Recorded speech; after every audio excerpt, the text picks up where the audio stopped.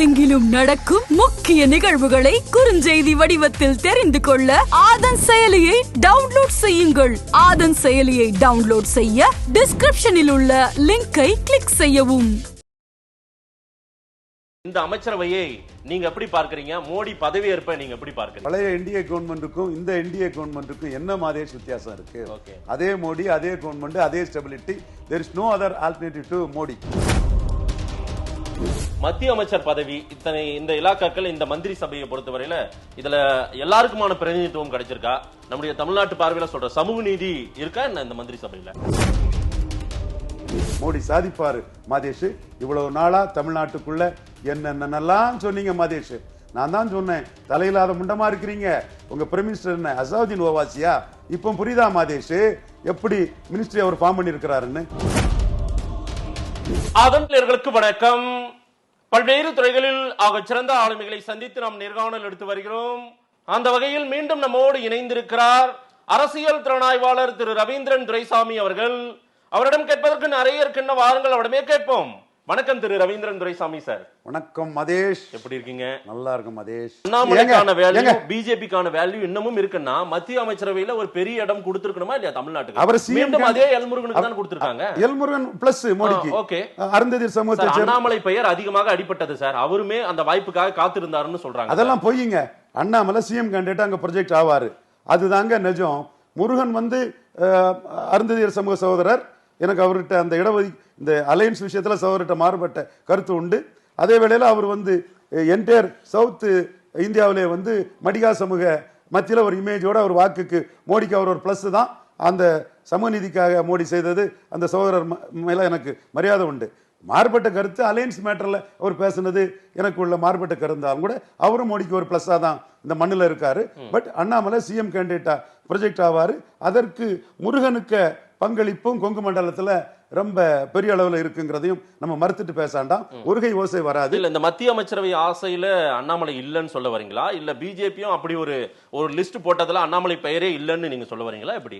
Annamalai CM கேண்டிடேட்டா அங்க project ஆகிறது தான் டெல்லி தலைமைக்கு விருப்பம்.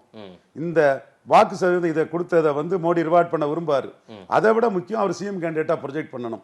அப்பந்தான் master the art of teaching Edappadi பழனிசாமியை தான் ஷுட் பி ரிமூவ்டு பை தான் டைமண்ட் கட்ஸ் டைமண்ட்னு கோயம்புத்தூர்லையும் அதை சுற்று வட்டாரத்திலையும் பலகீனப்படுத்தினவர் என்றையர் கொங்கு வேளாள கவுண்டர் பெல்ட்ல அடுத்தால பலகீனப்படுத்த முடியும்.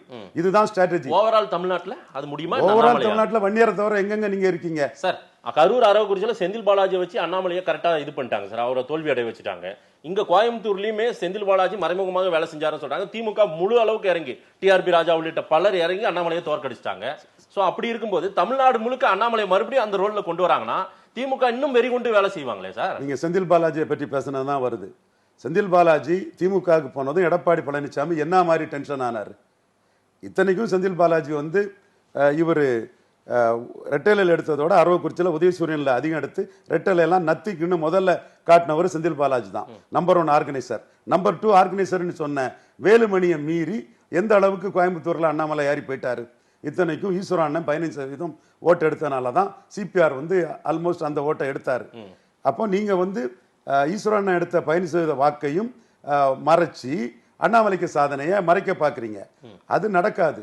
அண்ணாமலை கொங்கு மண்டலத்தில் ஒரு குறிப்பிட்ட பகுதியில் எடப்பாடிக்கு செல்வாக்க கொங்கு வேளாளர்கள் மத்தியில் குறைச்சிட்டாரு. இது 2026 இதை விட அதிக அளவில் குறைப்பாரு. அவர் தான் பாஜக தலைவர்களே தனிப்பட்ட செல்வாக்க நிரூபிச்ச ஒரு தலைவர். ஐயா தாண்டிங்கனாட தாண்டிட்டாருன்றீங்க. அந்த 800 ஓட்டு சம்திங்க சொல்றீங்களோ? சிபிஆர் ஈஸ்வரண்ண என்னோட 15% ஓட்டு இல்லைன்னா சிபிஆர் அவ்வளவு வரமாட்டாருங்க. ஈஸ்வரண்ண இன்னைக்கும் தலைவரா நிற்கிறாரு. நம்பர்ஸ் தான் நமக்கு. அன்னைக்கு நம்பர்ஸ்ல ஈஸ்வரன் கொடுத்த சப்போர்ட் தான் இல்லைன்னு சொல்ல. இன்னைக்கும் அவரு இது நாமக்கல் தொகுதியில் அவர் கட்சி தான், அவர் ஆள் தான் எம்பியா இருக்கிறாப்ல மாதேஸ்வரன். எஸ்.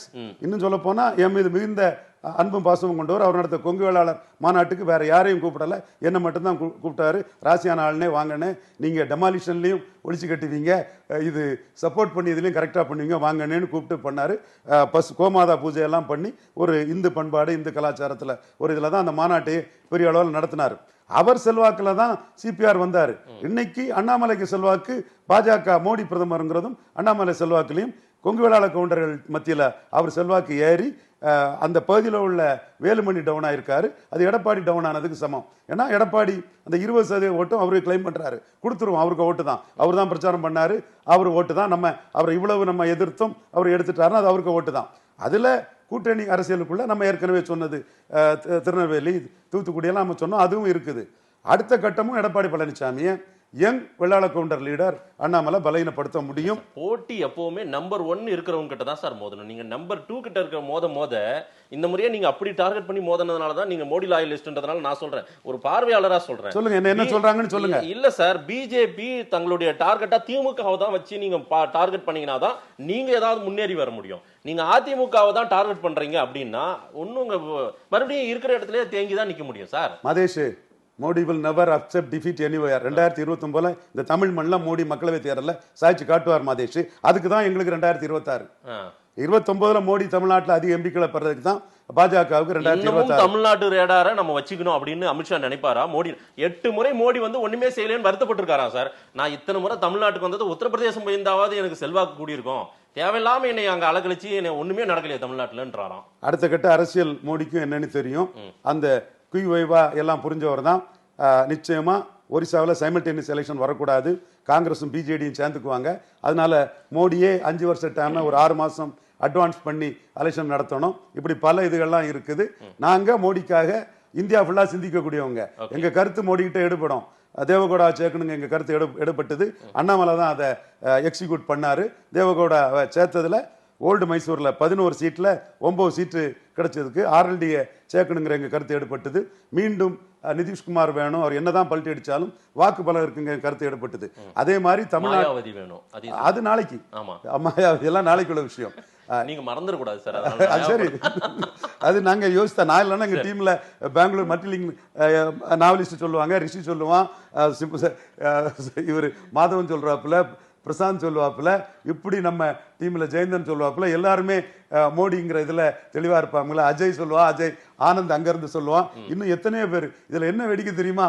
பாதிக்கு மேற்பட்டவங்க பிராமின்ஸ். ஓகே, அந்த தேசப்பற்றியும் தெய்வம் உள்ளவங்க.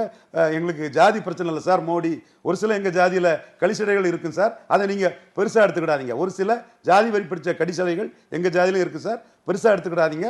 அவங்களுக்காக நீங்க எந்த இடத்துலயும் நீங்க எங்க மேல கோவப்படுறாங்கன்னு காலையில இருந்து பிராமண சகோதரர்கள் நம்மகிட்ட பேசிட்டு தான் இருக்கிறாங்க. சோ மோடி இதுங்கிறது 2029 இங்க வெற்றி பெறதுதான், வெற்றி பெறுவார். அதற்கான வீகத்தை தான் 26 அமைப்பாரு. அதற்கு அண்ணாமலை தான் மோடிக்கு தளபதி. கரெக்டா அண்ணாமலை அதை கொண்டு போவார். 26 சிஎம் வேட்பாளர் அண்ணாமலைன்றீங்க. இதுல ஐயா எடப்பாடியும் ஸ்ரூடு லீடர். இல்ல நம்ம எடப்பாடி பத்தி பேசும்போது இதை மட்டும் சொல்லி தனியா எடப்பாடியை பாராட்டுறேன். ஸ்ரூடு லீடர், அவரும் புரிஞ்சுக்கிட்டாரு. ரைட், நம்மள மோடி விடமாட்டாப்புல 26க்கு நம்ம கிறிஸ்டின் முஸ்லீம் ஓட்டுக்கே போயிருவோம். எடுத்த நிலைப்பாட்டிலே ஸ்ட்ராங்கானா 24 ஒண்ணும் கிடைக்கல, 26 ஏதாவது கிடைக்குமான்னு போயிருவோம்னு அவரும் போறாரு. தெளிவா இருக்கிறாரு. இல்ல நீங்க அந்த இடத்துல தான் 1.5 வருஷத்துல நிறைய மாறும். அதுக்குள்ளாரே நீங்க அப்படியே தேக்கி வச்சிருந்தா அவங்க கூட்டணி மனநிலைக்கு எடப்பாடி வந்துடவே கூடாதுன்றதுல நீங்க கவனமா இருக்கீங்க. உங்களுக்கு எங்க கவலை இருக்கு? எடப்பாடியே கிடையாதுன்னு சொல்லிட்டார், நீங்க ஏன் கவலைப்படுறீங்க? இல்லை, காலம் மாறும் சார். நாளைக்கு இல்லன்னு சொல்றவங்க நாளைக்கு இருக்குன்னு சார். கண்டிப்பா கோபாலபுரம் போன கார் அப்படியே திரும்பி அவை சண்முகம் சாலை 2029 எங்க டைம்ஸ்க்கு மோடி பிரதமர்னு நாங்க கொடுக்கிற சீட்டை வாங்கிட்டு எடப்பாடி பழனிசாமி வருவார். Madhesh sir, take it from me. காலம் மாறும் சொல்ல. எப்போ 26 29 நாங்க கொடுக்கிற சீட்டை வாங்கிட்டு வருவார். 26 வர மாட்டார். 29 நாங்க கொடுக்கிற சீட்டை, மோடி கொடுக்கிற சீட்டை வாங்கிட்டு வருவார். Madhesh, take it from me. இது யார் வேணாலும் இதை ரெக்கார்ட் பண்ணி வச்சுக்கோ. சசிகலா மேட்டர்ல சொல்லி அடிச்ச மாதிரி இதையும் அடிப்போம். மாதேஷ் பார்க்கலாம் சார். காரணம் மோடி நன்மைக்காக சிந்திக்க கூடியவங்க, நாங்க மோடிக்காக சிந்திக்க கூடியவங்க. எங்க சுயநலத்துக்காகவோ பதவிக்காகவோ ஆட்கள் அல்ல நாங்க. நீங்க அதிமுகவை பத்தி பேசும்போது ரொம்ப லென்த்தா போயிடுறீங்க, டைவர்ட் ஆயிருங்க, சப்ஜெக்டே விட்டுறீங்க. மத்திய அமைச்சர் பதவி இத்தனை இந்த இலாக்காக்கள் இந்த மந்திரி சபையை பொறுத்தவரையில இதுல எல்லாருக்குமான பிரதிநிதித்துவம் கிடைச்சிருக்கா? நம்முடைய தமிழ்நாட்டு பார்வையில சொல்ற சமூக நீதி இருக்கா என்ன இந்த மந்திரி சபையில? கண்டிப்பா சமூக நீதி இருக்கு மாதேஷ். நீங்க இதுவரை உள்ள நெஹ்ரு மினிஸ்டர்ல இருந்து எல்லா மினிஸ்டரையும் பாருங்க. Prime minister OBC, number 2 Rajput upper caste, அவர் upper caste Rajput. Number 3 Jai Vaishnav Baniya. அதாவது ஒரு இப்போ அதை பேசி பிரயோஜனம்லாம் என்றாலும் பேசிடுவோம். இந்து கோயிலெல்லாம் கிருஷ்ணர் கோயிலெலாம் இடிக்கப்படும் போது அந்த காலகட்டத்தில் குழந்தை கிருஷ்ணரை தங்கள் குடும்பத்தில் தெய்வமாக வச்சு வணங்கின ஒரு சமூகம். வைஷ்ணவ் பனியா யாரு அமித்ஷா.